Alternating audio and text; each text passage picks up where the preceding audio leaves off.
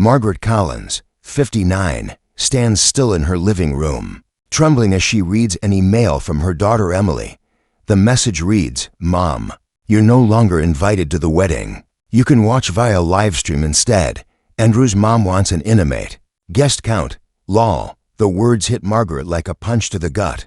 After everything she's sacrificed, after the years of supporting Emily financially, emotionally, and physically, this is the result.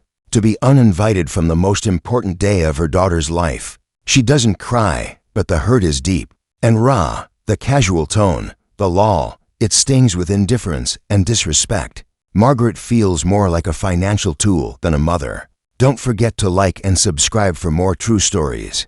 Margaret Collins had always believed that motherhood was a call to endless sacrifice. From the moment her children, Emily and Luke, came into her life, her world had shifted entirely. Her own dreams, ambitions, and desires became secondary. All that mattered was them. She had always viewed her role as the protector, the provider, the unwavering support system for her children. It was a job she had taken on without question, without hesitation, and certainly without any expectation of reciprocation.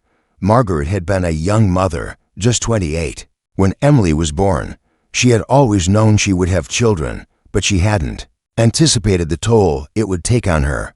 She and her husband, James, were the picture of youthful optimism, dreaming of the future, excited about their plans for their family. But James' sudden death when Emily was just 10 and Luke was only 7 years old shattered that vision completely. It was a tragic accident that no one saw coming, a car crash that left Margaret to raise 2 children alone, to carry the weight of both mother and father. She could still remember the day she got the call. The voice on the other end of the phone was calm, almost too calm. "There's been an accident. James didn't make it." The words rang in her ears, but it felt like they weren't for her. She couldn't comprehend it. Her world had crumbled. In an instant, in the days that followed, she had to tell Emily and Luke their father was gone, that their lives were changed forever. From that point forward, Margaret's life was consumed by the relentless need to provide for her children. There were no more dreams of a carefree life, no more vacations, no more spontaneous weekends away. There were bills to pay, mouths to feed, and a future to secure.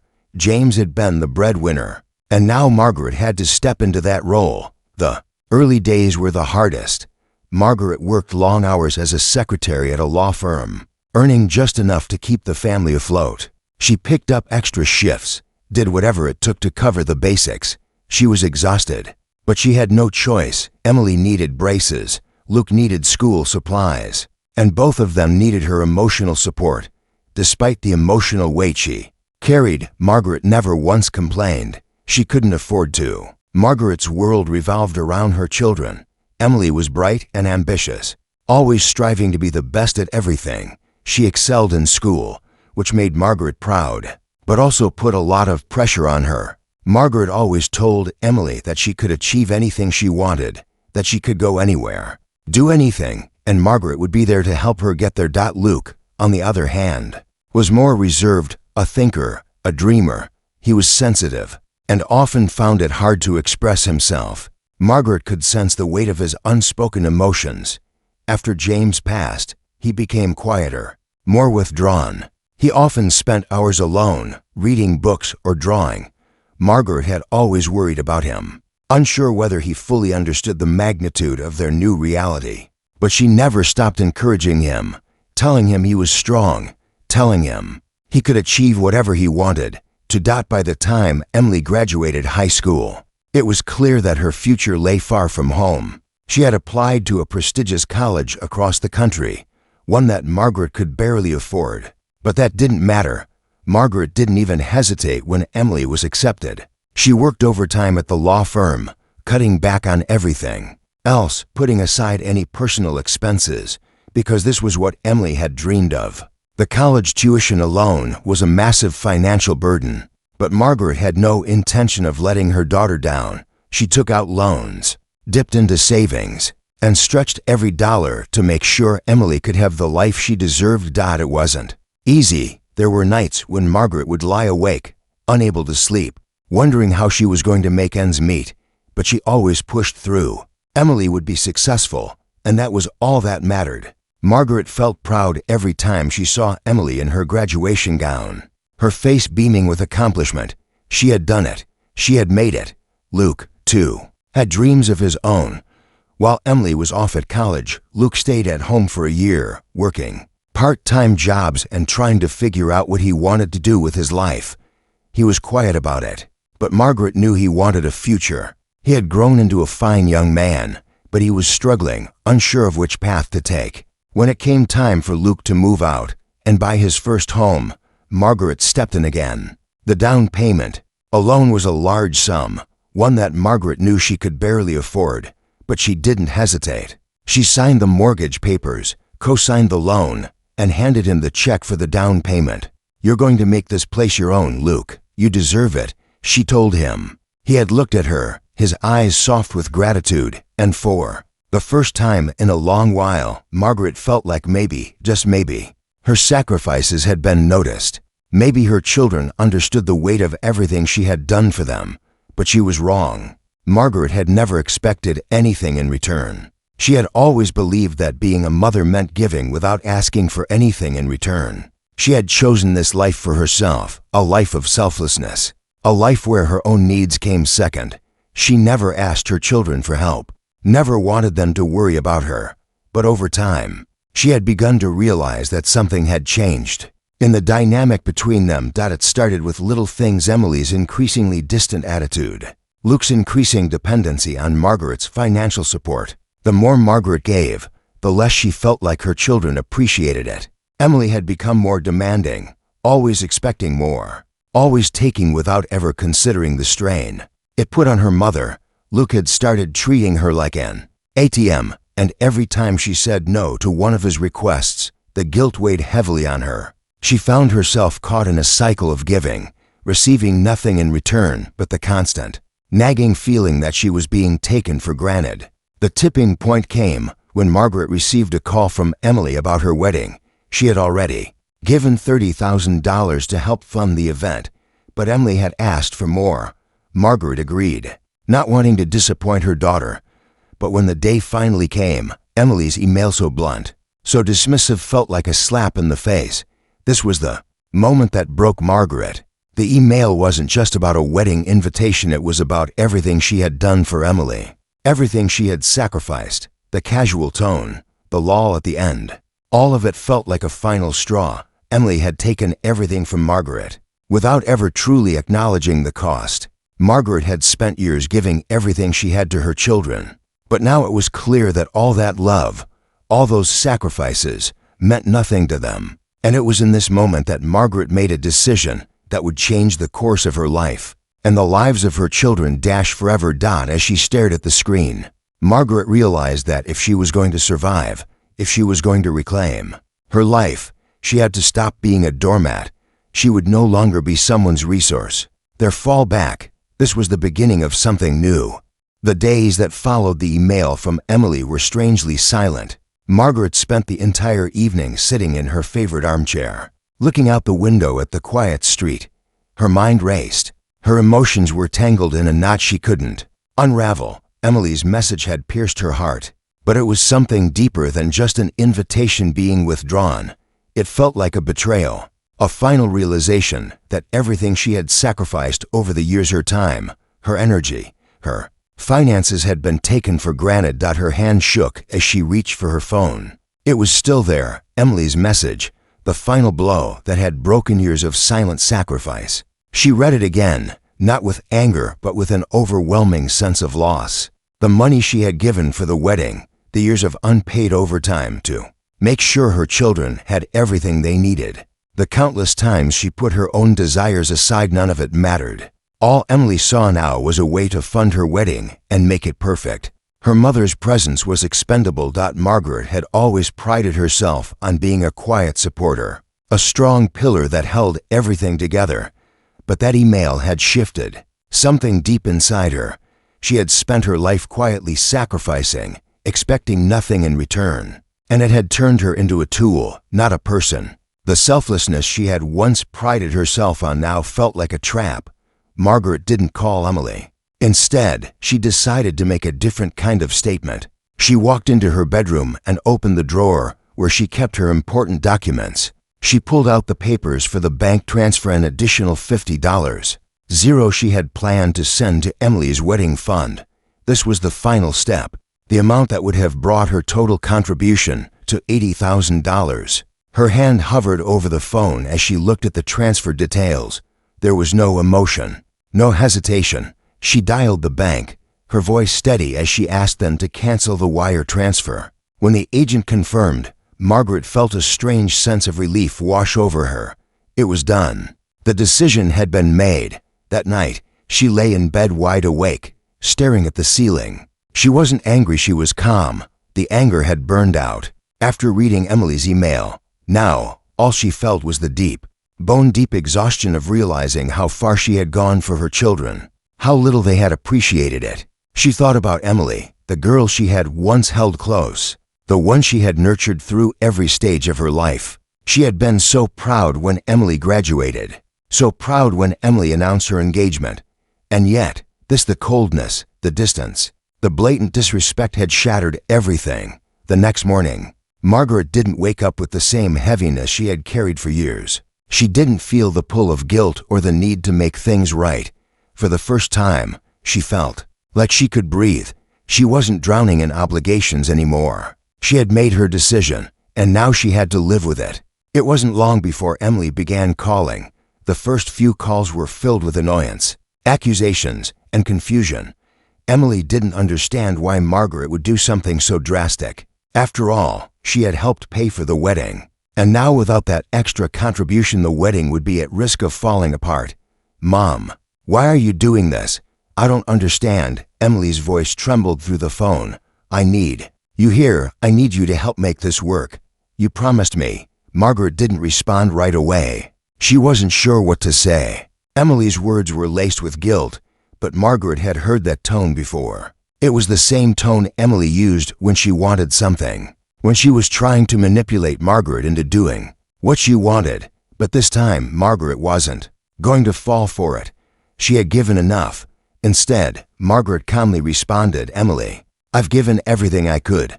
I've worked hard for everything you've had, and it seems like you've forgotten that." There was a long silence on the other end of the line. Margaret could hear Emily's sharp intake of breath, and for a brief moment, she thought Emily might understand. But instead, the desperation returned. "Please, Mom, you don't get it. The wedding is falling apart. I need your help. If you give me the money, you can come to the wedding. You'll be a part of it. We'll make it work." Margaret's heart clenched, but she stood firm. "No, I've already done more than enough. I'm done. If that's what it takes to be part of your life, then I'll stay out." She hung up without waiting for Emily's response. She didn't need to hear the begging, the manipulative tone that Emily always used. She had made up her mind. This was it. No more. Margaret's decision wasn't easy, but it was final. For the first time in years, she felt like she had control over her own life. The phone calls continued for the next few days, each one more frantic and emotional than the last. Emily's texts were full of guilt, telling Margaret how she was ruining everything, how she was making a scene, how Margaret was just being difficult. Luke called once, too, his voice laced with frustration and anger.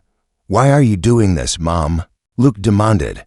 "Why are you making everything about yourself? This is Emily's wedding. Don't you care?" The accusation stung, but Margaret wasn't swayed. She had been there for Luke through thick and thin. She had co-signed his mortgage, given him money for his house, and yet here he was, asking her to continue playing the role of the generous, selfless mother. But Margaret wasn't that woman anymore. She wasn't the one who gave everything just to be taken for granted. "Luke, you need to leave," she said firmly. "I'm done. This is not about you or Emily anymore. It's about me. I've sacrificed everything for you both, and it's time for me to live my life." Luke's voice crackled with disbelief. "You're being selfish, Mom." Margaret didn't answer. She didn't need to. The conversation was over. As Margaret sat in the silence that followed, she felt a wave of liberation wash over her. The guilt that had been her constant companion for years was finally gone. For the first time in decades, She felt at peace with herself. No more would she allow herself to be used, to be taken for granted.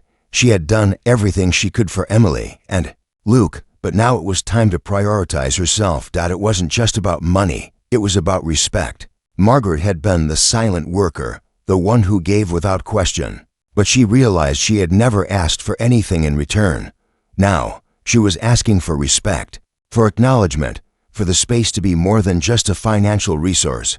Emily and Luke were both trying to force Margaret's hand. But Margaret knew this was the moment of reckoning. Emily's wedding plans were unraveling without her mother's financial support, and the tension between them grew thicker by the day. Margaret wasn't going to be manipulated anymore. She had drawn a line in the sand, and there was no turning back.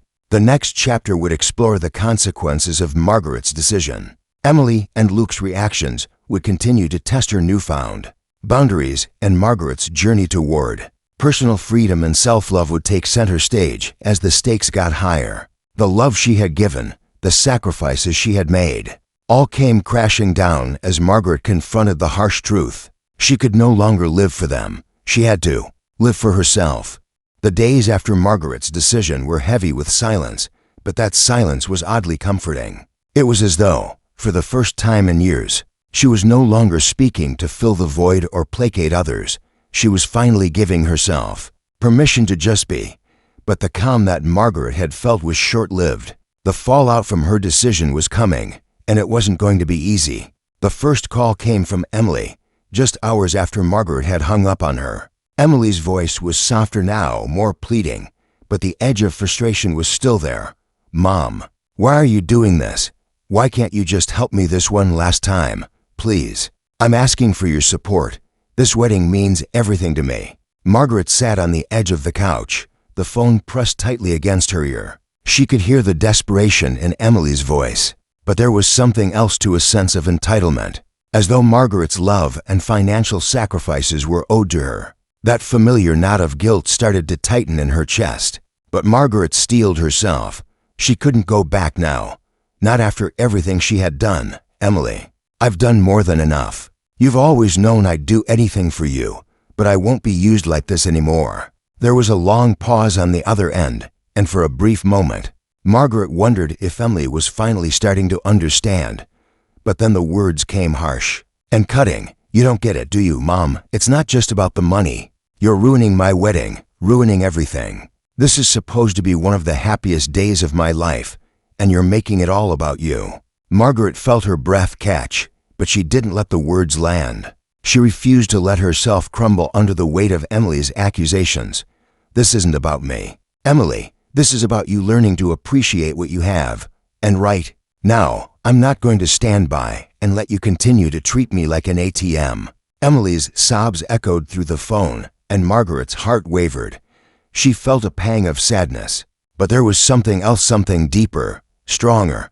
She was doing the right thing. Margaret didn't want to be an enabler anymore. "Goodbye, Emily," she whispered, then hung up. The next few days were a whirlwind of texts, calls, and even emails from both Emily and Luke, each of them desperately trying to convince Margaret to change her mind. But each message felt more like a manipulation than an apology. Luke, especially, seemed angry. He felt betrayed. But what he didn't realize was that Margaret had been betrayed for years. She had been the one to make sacrifices, to give everything she had for their futures, and yet here she was, feeling like a stranger in her own family. "Mom, this isn't like you," Luke texted. "Why are you doing this? We need you. I need you."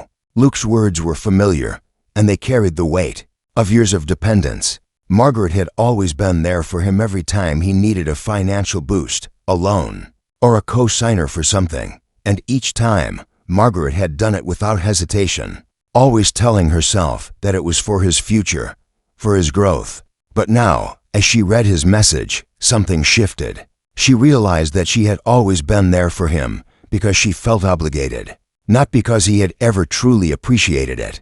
The worst part of it all was how both Emily and Luke had come to expect her to always be there, to always give. They never saw the toll it took on her. They never saw the loneliness, the exhaustion, the quiet resentment that was slowly building inside her. One evening, Luke came to her house in person, He was angry, his fists clenched at his sides. Margaret could see it in his eyes. He felt betrayed. But what he didn't understand was that Margaret had reached the end of her rope. "Mom, why are you doing this? Why can't you just help us one last time?" Luke's voice shook with frustration. Margaret stood in front of him, her stance firm. "Luke, I've given everything I had, I've given to you both. But now it's time for me to stop. It's time for me to live my own life." Luke's face contorted in disbelief. "You're making this all about you," he shouted, his voice echoing in the empty house. "You're being selfish." The word hit Margaret like a slap, but she didn't flinch. "No, Luke, I'm not being selfish. I'm protecting myself. I've given you both everything. And it's time I stopped pretending that's enough for you. I can't keep doing this." Luke's eyes narrowed, and for the first time, Margaret saw him for what he truly was, someone who had never learned to appreciate the sacrifices she had made, someone who had always taken and taken, without ever giving back. "Leave," Margaret said, her voice steady. "I'm done." Luke didn't say another word. He turned and stormed out of the house, leaving Margaret standing there, feeling like a weight had been lifted off her shoulders. The silence that followed was deafening. Margaret sat back down on the couch, her mind racing with emotions. There was no regret. There was no guilt.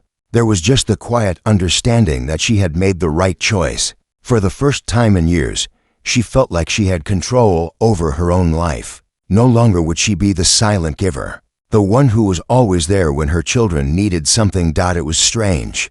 This sense of freedom, it felt like a new beginning, but also like a loss. Margaret knew that her relationship with Emily and Luke would never be the same again, but at least she had her peace. At least she had set the boundaries that she had neglected for so long. While Margaret felt a sense of peace, she couldn't escape the thought that perhaps in their eyes, she was the one who was now truly selfish. She couldn't help but wonder if Emily and Luke would ever understand the real reason behind her actions. The next chapter will explore how the consequences of Margaret's decision continue to unravel. Emily's wedding plans are at risk of falling apart without Margaret's financial help, and Emily's attempts to manipulate her mother grow more desperate. Meanwhile, Luke struggles to understand his mother's new boundaries, and Margaret is forced to confront the reality of what it means to live for herself in a world that has always expected her to live for others. The stakes grow higher, and Margaret's journey of self-empowerment begins to clash with the reality of the relationships she's built, or rather, the relationships that have been built around her sacrifice. The choice to put herself first has left a rift in her family that may never be healed. Days turned into weeks, and Margaret found herself in a strange state of limbo. She wasn't exactly lonely, but there was an emptiness that she couldn't quite shake. Her mind wandered constantly back to Emily and Luke. She had raised them to be independent, to make their own decisions, to find their own way in life. But deep down, Margaret had always hoped they would return the same care and attention she had given them. Now, as she stood firm in her decision, it was impossible to ignore the repercussions of it. Emily's wedding, once the highlight of Margaret's year, was slowly crumbling without the money Margaret had planned to send. Emily had stopped calling for a few days after their last conversation. She would text sporadically, her messages growing increasingly more frantic as the wedding date drew closer. Each one was a combination of guilt, anger, and confusion. "Mom, this is ridiculous. I can't believe you're doing this. I don't know what I'm going to do without you." Margaret read the texts, but refused to reply immediately. She knew what Emily was trying to do. She was trying to guilt Margaret into giving her what she wanted. The unspoken expectation was clear. Margaret should fix everything, should make sure the wedding went off without a hitch, and should continue to be the reliable source of financial backing. But Margaret wasn't falling for it anymore. It wasn't long before the calls started again. Emily's voice, once warm and loving, now sounded like a cold, calculated plea. "Mom, we need you. I don't know what else to do. Without your money, this wedding is going to fall apart." Margaret could hear the panic in Emily's voice. She wanted to give in. She wanted to be there for her daughter like she always had. But something had shifted inside her. She didn't want to be the person who was always expected to pick up the pieces. She didn't want her value to be measured in dollars, in loans, in sacrifices made at the cost of her own well-being. "I'm sorry, Emily," Margaret said, her voice calm but resolute. "I've already given more than I should have.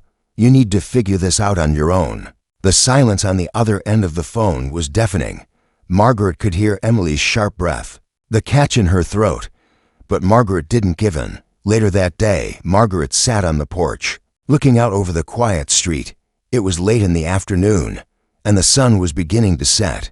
She could feel the weight of the decision she had made in every fiber of her being. She didn't know what would happen next. She didn't know if Emily would ever speak to her again, or if Luke would ever understand why she had done what she did. But one thing was clear: Margaret had crossed a line, and there was no going back. The following week, Emily's wedding plans hit a wall. The venue, the catering, and all the other arrangements were falling apart.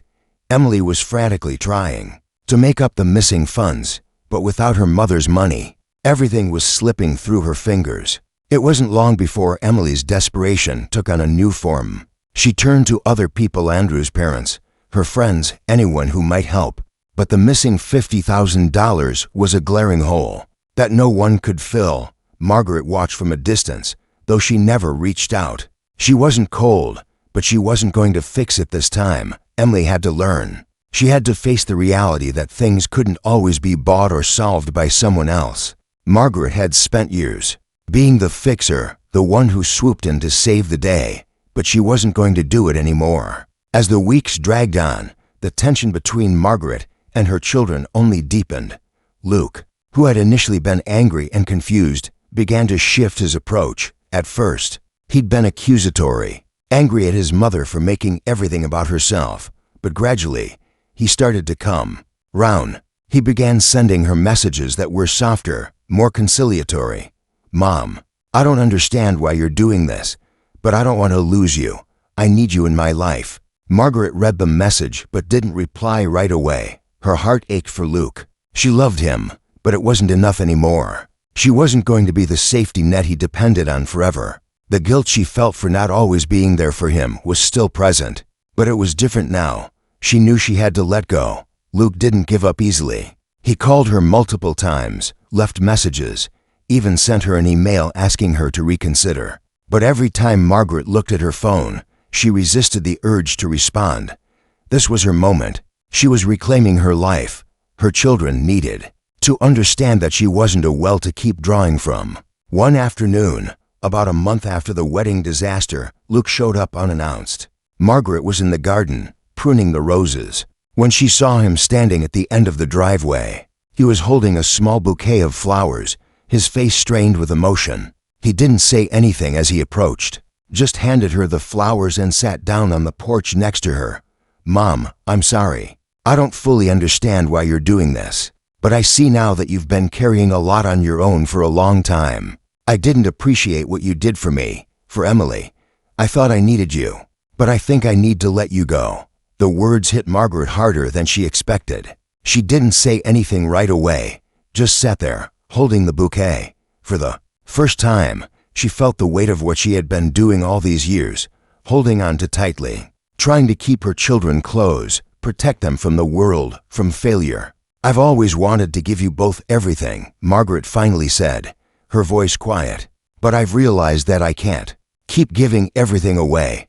I've been doing it because I thought you needed me. But now I see that you both need to learn on your own. I can't do this anymore, Luke." Luke nodded slowly, looking at her with understanding. For the first time in a long while, Margaret felt like she was truly seen. Her sacrifice, her effort, it hadn't gone unnoticed, but it had been taken for granted. And it was time for that to stop.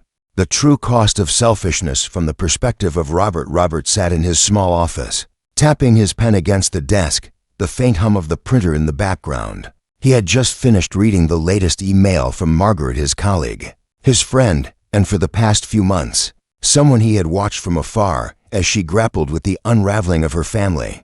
The first time he had noticed Margaret's strain had been several weeks ago. They worked together in the same law firm, but over the years, their conversations had gone from purely professional to more personal. As they bonded over shared stories of life and loss, Margaret had confided in him about her children Emily and Luke, and the toll her sacrifices had taken on her. At first, Robert had assumed that it was just the weight of motherhood, the long years of giving without receiving. But as he learned more about her, he realized it was deeper than that.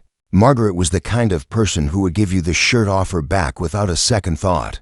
But that very nature had made her vulnerable. Her children had grown accustomed to her selflessness, and the truth was, they had taken it for granted. Robert knew it. He could see it in the way she would light up when talking about her children. But there was always something behind her eyes, a kind of exhaustion that she couldn't hide. It was a quiet weariness, something she masked with her smile and the reassuring words she always offered. But over the last few months, that exhaustion had become more pronounced, and Robert could see Margaret begin to withdraw. She stopped sharing stories of Emily and Luke, and when she did, it was always about what they had asked for. More money for the wedding, more help with Luke's mortgage, more everything. It was as if they were constantly demanding more from her, expecting more, without ever acknowledging what she had already given. Robert wasn't blind to the situation. He had seen it many times before, with other people, in other families. There was a certain type of relationship that thrived on someone giving and giving, until they had nothing left to give. It was a relationship built on expectation, not love. And Robert knew that no matter how much Margaret tried to pour from her well, there would come a time when it would run dry. That time came when Margaret made her decision to cancel the additional $50,000 transfer for the wedding. Robert had been the first person she turned to after the dust settled, and he had listened carefully, offering what little support he could. He had always admired Margaret's dedication to her family, but as a friend, he couldn't help but feel that this was long overdue. Robert had known Margaret long enough to understand that her decision wasn't made out of spite or anger. It was the result of years of frustration and feeling undervalued. He had seen the way Emily and Luke treated her, the way they expected her to always be there without ever giving anything in return. They didn't see Margaret for who she truly was, a woman who had sacrificed everything for them, a woman who had given up her own life to make sure they could live theirs to them. She was just a resource, a never-ending source of support, both emotional and financial. When Robert had seen Margaret after the fallout, he had noticed a change in her. It wasn't just the calmness in her demeanor, it was the way she was beginning to stand taller, the way she no longer seemed to apologize for her decisions. For the first time in a long while, Margaret seemed at peace with herself. As Robert sat at his desk, reflecting on their conversation, he couldn't help but feel a pang of guilt. He had always known that Margaret's children were taking advantage of her, but he had never said anything. He hadn't known how to. Margaret had always been so strong, so capable. She had never once asked for help. And now, as he thought about the phone call he had received just a few days ago from Emily, he felt a sense of anger toward her, toward both of them. Emily had called Robert in a panic, her voice cracking with distress. She had demanded to know if Margaret was planning to attend the wedding. She had begged him to intervene, to get Margaret to change her mind. "She's ruining everything," Emily had said. "This is supposed to be the happiest day of my life, and now it's falling apart because of her."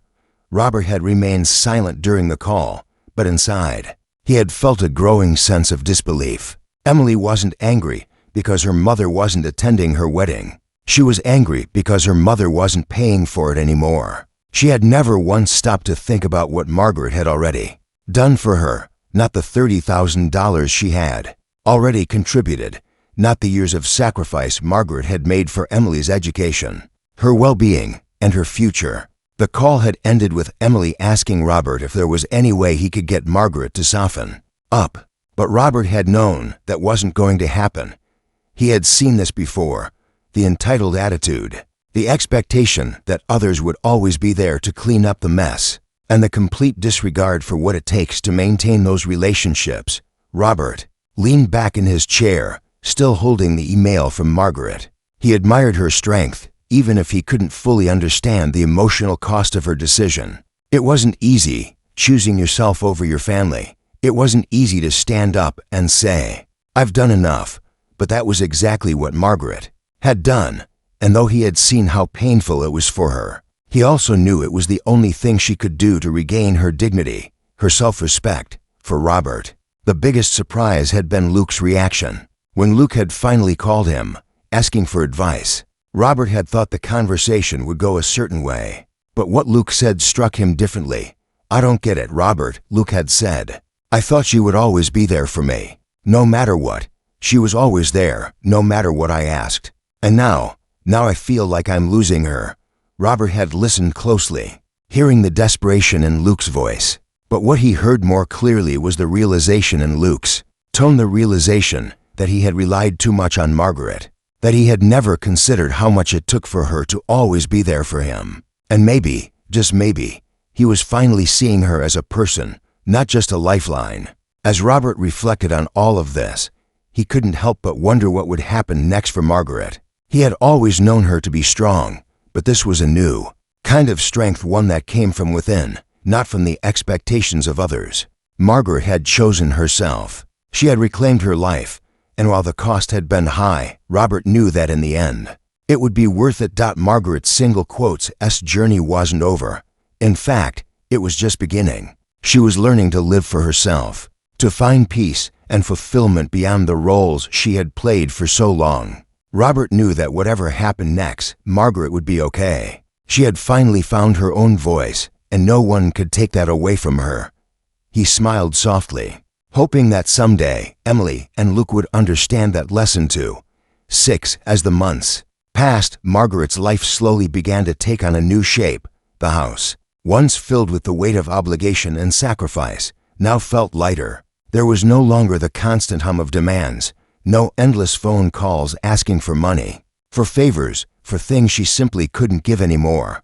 Instead, Margaret found herself doing things she had long abandoned, like attending pottery classes, something she had dreamed of but never had the time for. She started spending more time with friends who valued her presence, not for what she could offer, but simply for who she was.